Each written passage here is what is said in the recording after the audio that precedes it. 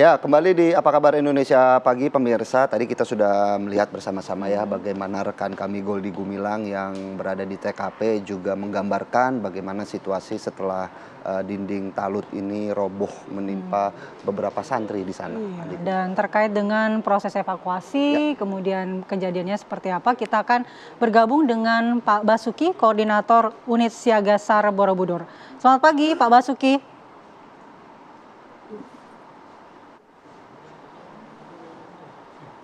Ya, Pak Basuki, mungkin bisa diceritakan saat ini proses evakuasi apakah sudah selesai dilakukan, Pak, keseluruhan?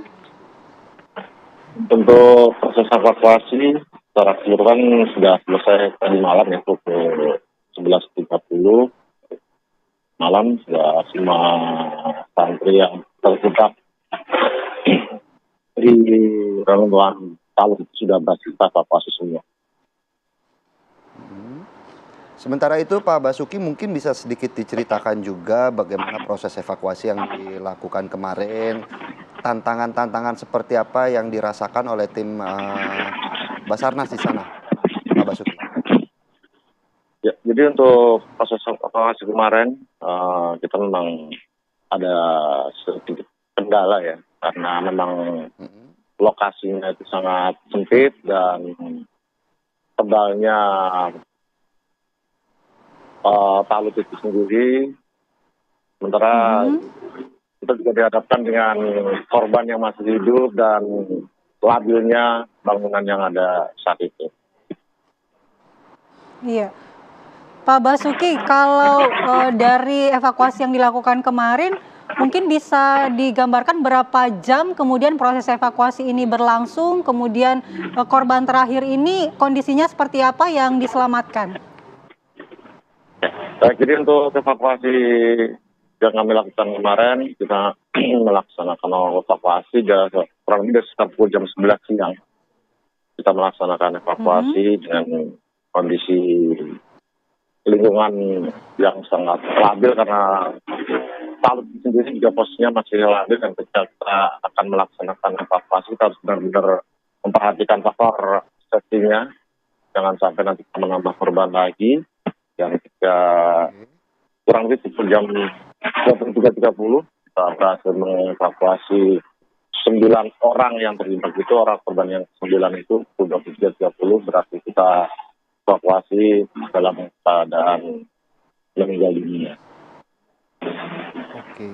Baik. Pak Basuki, kalau kita lihat dari video proses evakuasi ini sepertinya tidak ada alat berat begitu ya Pak yang digunakan. Apakah memang tidak ada alat berat yang digunakan di lapangan? Memang kalau untuk penggunaan alat berat, pertimbangan kami saat itu kondisi tanah yang memang posisinya labil ya. Kita juga mempertimbangkan kalau menggunakan alat berat akan memperparah reruntuhan itu sendiri dan membahayakan kita sebagai tim penolongnya. Maka kita putuskan kemarin dari pihak Pemda juga sudah menawarkan untuk menggunakan alat berat, tetapi karena lingkungannya memang tidak memungkinkan dengan kondisi tanahnya yang cukup labil, kita memutuskan untuk melaksanakan proses evakuasinya itu dengan cara manual. Iya, Pak Basuki, kita mau mengkonfirmasi juga jumlah korban. Apakah benar total korban yang meninggal dunia ini 4 orang, dan apakah semuanya santri yang menjadi korban meninggal maupun korban luka-luka, atau ada juga guru atau warga di sana? Untuk korban yang meninggal dunia tadi malam memang kita pastikan ada 4 orang ya. Dari perkiraan awal yang kita mendapatkan informasi di lapangan saat kita datang, kita hitung itu ada 8 orang, tapi dengan perkembangan karena ada beberapa santri yang posisinya saat itu bertumpuk dan sudah kita sinkronkan dengan data dari pengasuh pondok.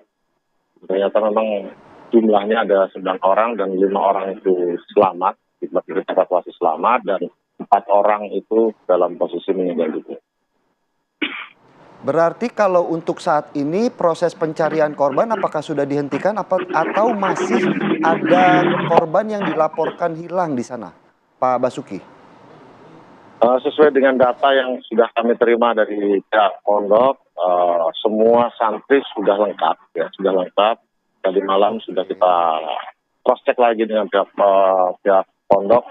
Jadi kita yakinkan bahwa memang jumlah santri yang ada di saat itu sudah posisinya sudah benar 29 orang, yang 20 orang itu memang selamat. Kami datang, sudah berhasil dievakuasi, dan pada saat kami evakuasi ada 9 orang. Dan semuanya itu adalah santri dari pondok. Ya, dari pantauan yang dilakukan oleh Basarnas kemarin, kan Basarnas melakukan evakuasi, yang terlihat di sana apakah talut ini roboh akibat longsor atau penyebabnya apa, Pak Basuki?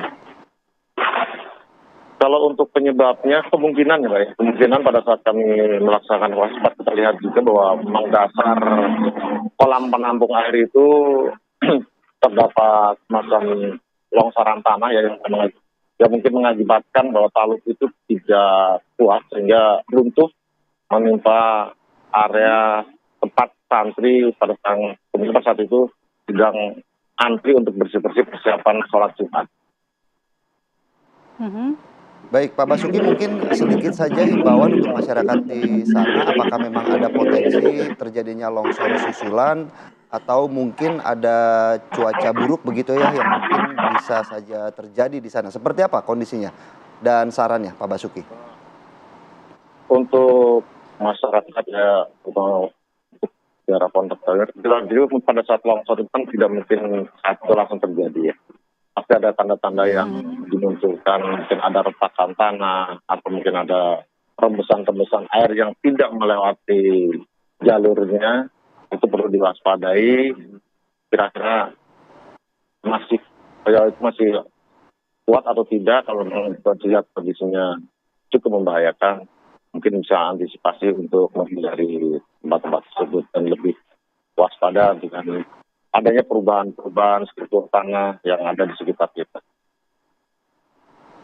Baik, Pak Basuki, mungkin juga informasi terkait dengan adakah titik-titik lainnya di pesantren tersebut yang juga rawan terjadi longsoran selain dari lokasi atau TKP yang kemarin, Pak Basuki?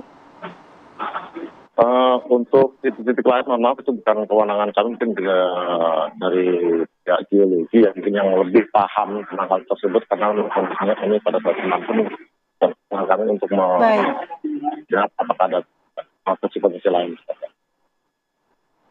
Baik. Terima kasih Pak Basuki atas informasinya, dan kita juga mengapresiasi upaya dari tim SAR untuk melakukan proses evakuasi sehingga seluruhnya sudah tuntas. Dievakuasi, korban saat ini sudah dirawat di rumah sakit. Dan tentunya kita berharap juga tidak terjadi longsor susulan gitu ya, di Kumala dan pemirsa. Terima kasih Pak Basuki atas waktunya telah bergabung bersama kami di Apa Kabar Indonesia Pagi. Selamat bertugas kembali Pak Basuki.